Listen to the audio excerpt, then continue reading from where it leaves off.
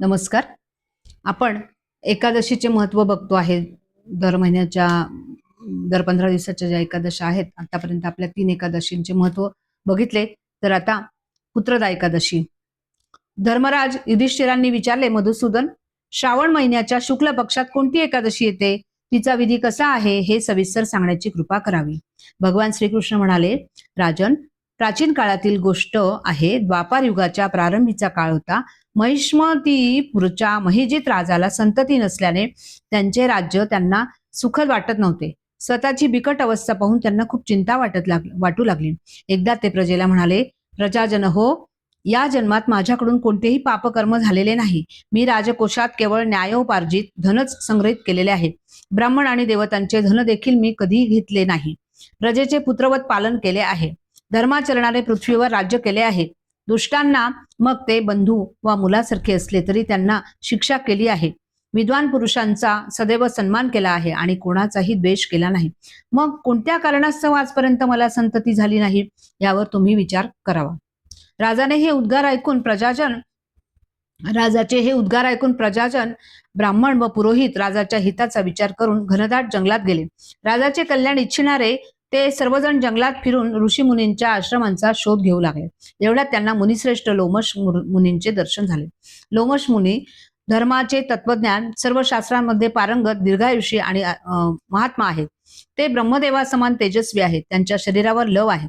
एक एक कल्प पूर्ण झाल्यावर त्यांच्या शरीरावरील एक एक लव भंगतो, गळून पडतो, म्हणून त्यांचे नाव लोमश पडले. ते महामुनी त्रिकाळ ज्ञानी आहेत. त्यांच्या दर्शनाने सर्वांना अत्यानंद झाला. त्या लोकांना पाहून लोमश मुनींनी विचारले, तुम्ही सर्वजण येथे कशासाठी आला आहात? येथे येण्याचे कारण सांगावे. तुम्हा लोकांसाठी जे हितकर कार्य असेल ते मी अवश्य करेन. प्रजाजन म्हणाले, ब्राह्मण, महिजित राजांना संतती नाही. आम्ही त्यांचीच प्रजा आहोत. त्यांनी आमचे पुत्रवत पालन केले आहे. ते निपुत्रिक असल्याने त्यांच्या दुःखामुळे व्यथित होऊन आम्ही तपश्चर्या करण्याचा दृढ निश्चय करून येथे आलो आहोत. द्विजोत्तम, राजाच्या सद्भाग्याने यावेळी आम्हाला आपले दर्शन झाले. महापुरुषांच्या दर्शनानेच मनुष्याची सर्व कार्ये सफल होतात. मुनी, आता आम्हाला असा उपदेश द्यावा जेणेकरून राजाला पुत्रप्राप्ती होईल. हे ऐकून लोमश महर्षी 2 घटिका ध्यानमग्न झाले. त्यानंतर राजाच्या पूर्वजन्मीचा वृत्तांत जाणून ते म्हणाले, प्रजाजन हो, ऐका. महिजित राजा पूर्वजन्मी लोकांचे शोषण करणारा एक निर्धन वैश्य होता. तो वैश्य गावोगावी फिरून व्यापार करीत असे. एके दिवशी ज्येष्ठ महिन्याच्या शुक्ल पक्षातील दशमीला मध्यान्नीचा सूर्य तळपत असताना तो एका गावात सीमेजवळील विहिरीवर पोहोचला. पाण्याने भरलेली पायऱ्यांची विहीर पाहून त्याने पाणी पिण्याचा विचार केला. इतक्यात तेथे वासरासह एक गाय सुद्धा आली. ती तहानेने व्याकुळ व उन्हामुळे त्रस्त झाली होती, म्हणून विहिरीत उतरून पाणी पिऊ लागला. वैश्याने पाणी पित असलेल्या गायीला हाकलले आणि स्वतः पाणी पिऊ लागला.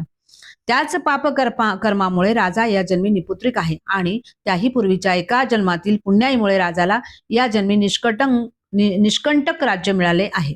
प्रजाजन म्हणाले, मुनीश्वर, पुराणामध्ये उल्लेख येतो की प्रायश्चित्तरूपी पुण्यामुळे पापे नष्ट होतात. म्हणून अशा एखाद्या पुण्यकर्माचा उपदेश द्यावा जेणेकरून त्या पापाचा नाश होईल. लोमश मुनी म्हणाले, प्रजाजन हो, श्रावण महिन्याच्या शुक्ल पक्षात जी एकादशी येते ती पुत्रदा नावाने प्रसिद्ध असून इच्छित फळ देणारी आहे. तुम्ही तिचेच विधिवत व्रत करा. हे ऐकून प्रजाजनांनी मुनींना नमस्कार केला आणि नगरात येऊन पुत्रदा एकादशीचे विधिवत व्रत केले. त्या दिवशी त्यांनी जागरण सुद्धा केले आणि त्याचे पुण्य राजाला अर्पण केले. त्यानंतर राणी गर्भवती झाली. कालांतराने तिने एका सुदृढ पुत्राला जन्म दिला.